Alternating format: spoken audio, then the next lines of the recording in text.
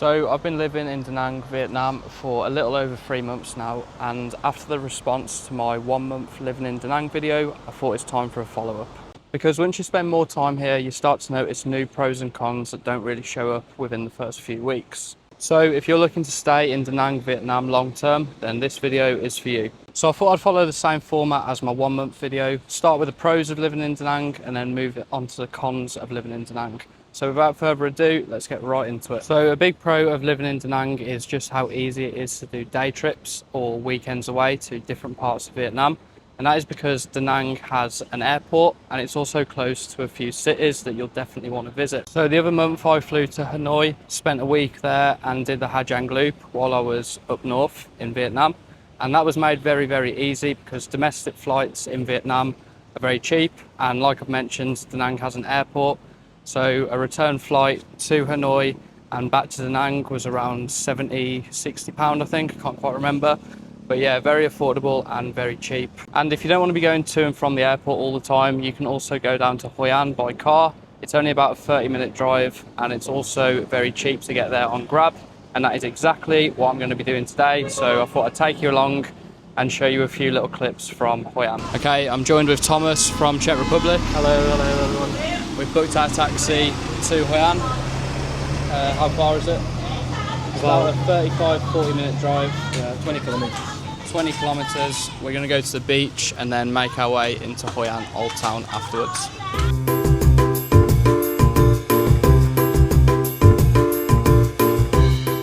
So I've made it to Hoi An Beach. I've never actually been to Hoi An Beach before. I've been to Hoi An, but I've never checked out their beach. First impression, it's busy, but it's definitely a lot quieter than Da Nang's beach. So yeah, if you're looking for a quieter day at the beach, I think Hoi An is definitely a good option. So yeah, we're going to chill on the beach for a couple of hours, have a few drinks, maybe something to eat, and then go check out Hoi An Old Town. Okay, so we've just been in the sea, come back to the beds. Tommy's got pizza, I got a can of Coke. And yeah, for reference, Da Nang is all the way over there where those big buildings are. So yeah, I do like to come to Hoi An from time to time. It's just a nice change of scenery from Da Nang, and yeah, it offers something a little bit different, especially on a night time, which I will show you very shortly. Okay, we've made it to Hoi An Old Town. Tommy's first time in Hoi An at night time. After three fucking months. What do you think? Yeah, it's beautiful, man. I mean, He thinks Hoi An's beautiful but crowded. So Hoi An has these boats at night time that you can go on. So we're going to grab some food and then hop on the lantern boats. So, okay, we've come to a tourist trap restaurant on the side of the river. I've got some beef. One fork for you. Tommy's got my fork. Yeah. And Tommy's also got a little bit of pork. Slightly crispy. They described it as slightly crispy. Tommy, have a taste. Let the people know what it's like. Oh, yeah. Out of 10? Normal. Average?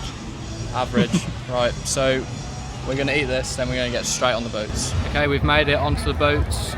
We're currently floating down Hoi An River. Tommy's lighting his wish candle. Tommy, make a wish.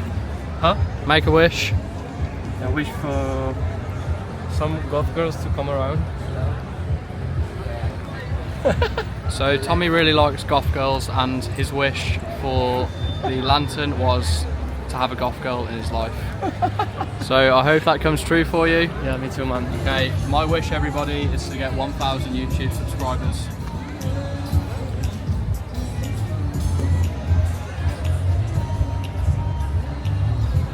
Back to me. Like, comment and subscribe. So one thing that's quite noticeable between Da Nang and Hoi An is Hoi An has a much more active nightlife. As you can see, the streets of Hoi An are pretty busy and it's only 7:30 at night. Now, Da Nang doesn't really get this active on a night time, but being busier doesn't necessarily mean better. Because you do get hassled to go into the bars quite a lot, which can be quite annoying, and I'll show you what that looks like in the next clip. Welcome to Vietnam! Welcome to Hoi An! Okay bro, I have a fucking good deal for you bro! Let's go to Mr. Bean bar bro! Mr. Beanbar. Mr. Beanbar. And it's not just Hoi An you can get to very easy from Da Nang. You can also go to Hue. Probably butchered the pronunciation of that, but yeah, this weekend I'm going to Hue from Da Nang, and I've decided to get the train there. Never got a train in Vietnam, so yeah, thought it'd be an experience, and yeah, thought I'd bring you along with me. Okay, so we just bought the tickets, 210,000. It's got foreigner written on the ticket, so just to make sure. I can only assume I got charged more than the local, but 200,000 dong for how long's the train, boys? 2 hours? About 3 hours. I thought it was 2. 2 hour, 3 hour train for 200,000, which is about £6-7.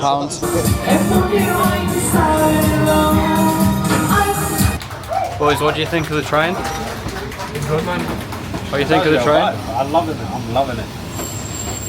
You smoking on the train? Oh yeah. Having a coffee, you know.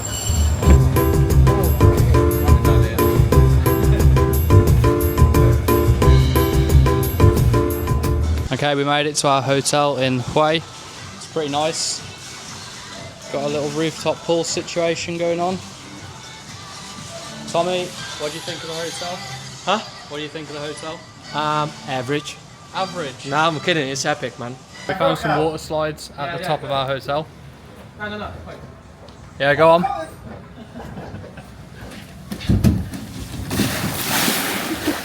Okay, it's the second day in Hue. We're currently chilling by the pool. What we got planned today, Tommy? I don't know, some temple visiting or something. See some temples. Yeah. It's Teddy's birthday. Happy birthday! Okay, we've made it to the imperial city of Hue. It's actually a UNESCO World Heritage Site, so it's a pretty cool spot. There's a lot to see. You can't actually film inside the buildings, so I can't show you the best bits, but yeah, this is the outside. There's more through there. I don't know what the boys are looking at, but we'll go over and see. Boys, what are you looking at? I put 1,000 dong in and we're just watching it float to the bottom. Yeah, man, it's pretty peaceful. Aaron's put 1,000 dong in the wishing well. Aaron, make a wish. I already have in my head. Yeah, he wished Oh. to go home. Make your rush. Aaron's not allowed to say his wish out loud, otherwise it won't come true. But the Imperial City is essentially a walled complex surrounded by a big 10-kilometre moat. And yeah, it's just full of old Vietnamese buildings. Yeah, it's pretty big. And yeah, there's a lot of cool stuff to look at. And yeah, it's pretty good you can get to a place like this so easily from Da Nang, because obviously Da Nang is quite a big and busy city.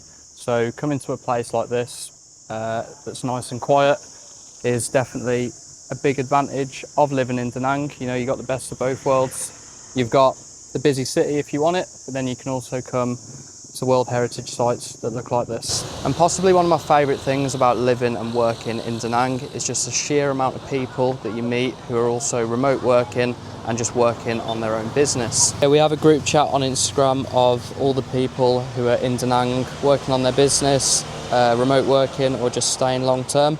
And yeah, it's pretty good to have because every day we just link up, go to a co-working spot and just bounce ideas off one another. And I think having a community like that is so important because that's something that I did struggle to find in the UK. You know, you don't tend to find a lot of people who are working on their own business, but in Da Nang, kind of everybody's doing the same thing, so it's really easy to network and meet other people who are in a very similar position. So today I've linked up with Josh. Josh is from America, he's got his own business as well, and like I say, it's good to meet other people who are working online remotely. Josh, you want to introduce yourself? Yeah, what's up, guys? Yeah, I met Callum literally on social media, and then next thing you know, we were in the same city, meeting up, working, and it's amazing. It's amazing to meet up with people. The co-working space out here is really great. We're with another guy in there. You meet people every day. But yeah, I work with content creators, so out here, it's just a great place to be while talking to creators. I literally get to do whatever I want all day and then talk to some creators in the night and then in the mornings. And the time zone works great for me. And yeah, I get to meet people like Callum and a lot of other dope, just entrepreneurs out here. Yeah, man. So yeah, Da Nang is a great spot if you're looking to remote work. You meet great people and yeah, just a bunch of people doing a lot of different stuff. Now another huge benefit of being in Da Nang is the amount of cafes and co-working spots that the city has to offer. So what I like to do whenever I come to a new city is create a list on Google Maps. So as you can see here, I've created a list of my favourite coffee shops and co-working spaces. So they're on the map as a little coffee icon. I've shortlisted 12 and yeah, these are my favourites to work from and yeah, just chill out at really. So another huge pro of living in Da Nang is just how easy it is to extend your visa from here. So my 90-day visa ran out the other week and all I had to do was contact a company called Lynn's Visa, get on a bus to Laos and yeah, they got me another 90 days on my visa. And the benefit of using a visa run company like Lynn's Visa is they can basically speed up the process to get another 90-day visa. So if I were to do that myself, it would take 4 to 5 days to get the 90-day visa approved. But Lynn's Visa can do it on the day. You just have to get on a bus, go to Laos, wait for them to process the new visa, and bang, you got another 90 days.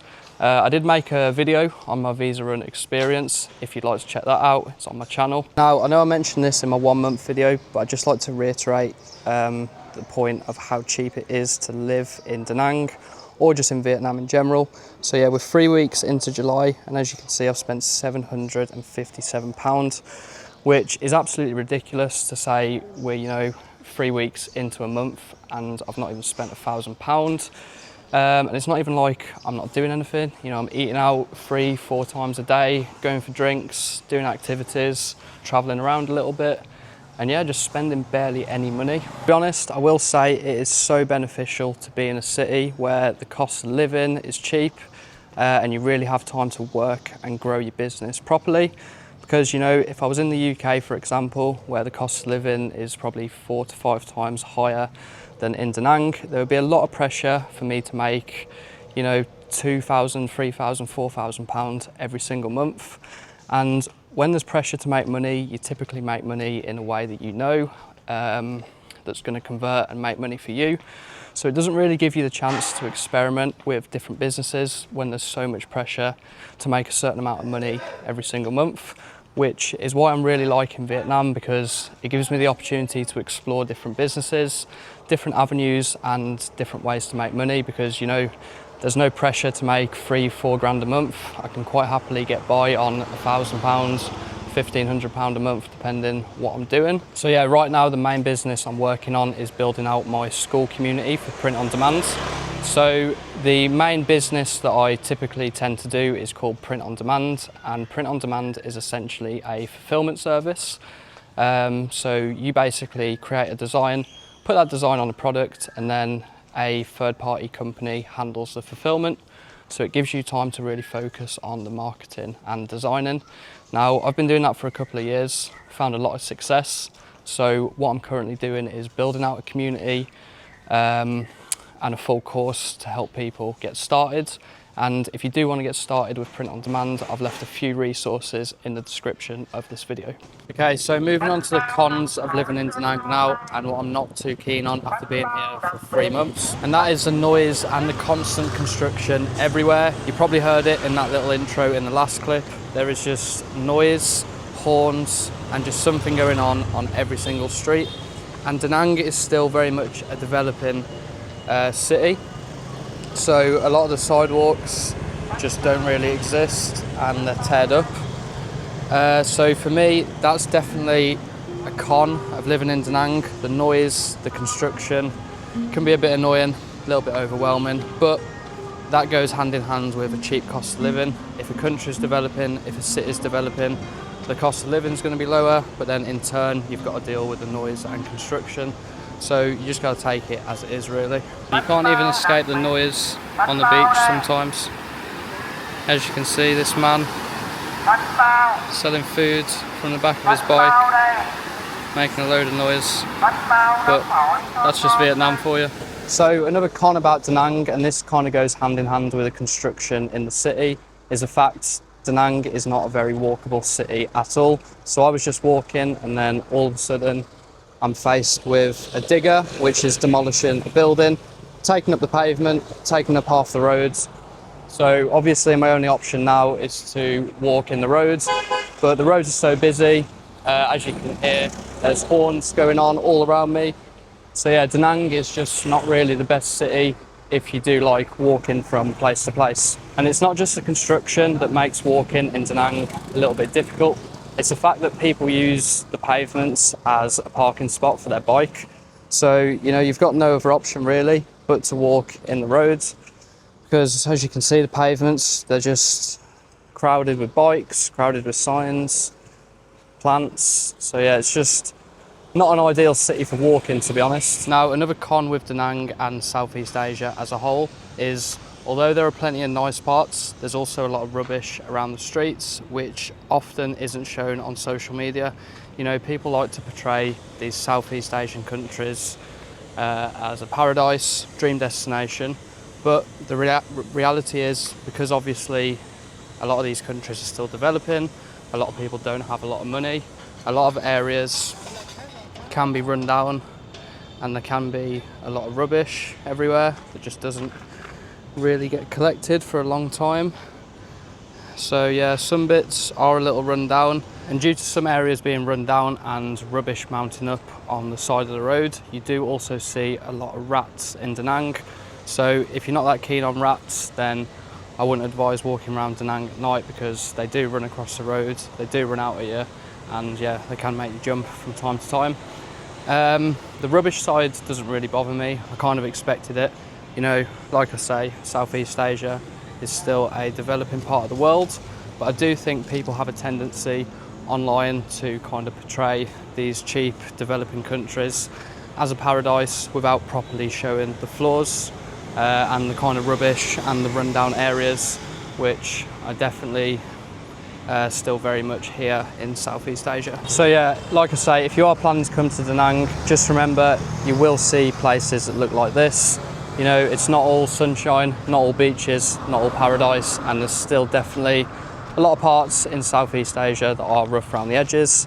Like I say, that is expected due to it being a developing country, but as I mentioned earlier, I do think people have a tendency to just glorify Southeast Asia and only show the good parts, and yeah, not put the more rundown areas on social media. Okay, you're probably wondering, why am I so wet? And that brings me on to my next point, and that is the unpredictable weather of Southeast Asia. So 1 minute it's sunny, nice and warm, next minute, before you know, no word of warning, it's absolutely tipping it down. So yeah, if you are coming to Da Nang, just be mindful, it does rain. It is meant to be dry season at the minute, but to be honest, it has been raining quite a lot over the last 3 weeks. Historically, I don't know if it usually rains this much in July. Google says it's meant to be pretty dry, so I don't know if it's just a 2025 one-off kind of thing, but yeah, that is a con for me, the unpredictable weather. And the final con I want to talk about after living in Da Nang for 3 months is the time zones and trying to work on a UK time zone. Now, this is subjective depending on what you do for work, but me personally, there's a lot of UK people that I need to speak to on a daily basis, so that means I have to stay up a little bit later than I'd like to. So it does kind of mess with your sleeping pattern a little bit, but like I say, that is subjective depending what you do for work. And that concludes my 3-month update of living and working in Da Nang, Vietnam. I plan to stay here for another 3 months until mid-October time. So yeah, if you are planning to come to Da Nang, drop a comment on this video and I'll be more than happy to meet up with you. If you are passing through or staying long term, just let me know. And yeah, I'll catch you all next week.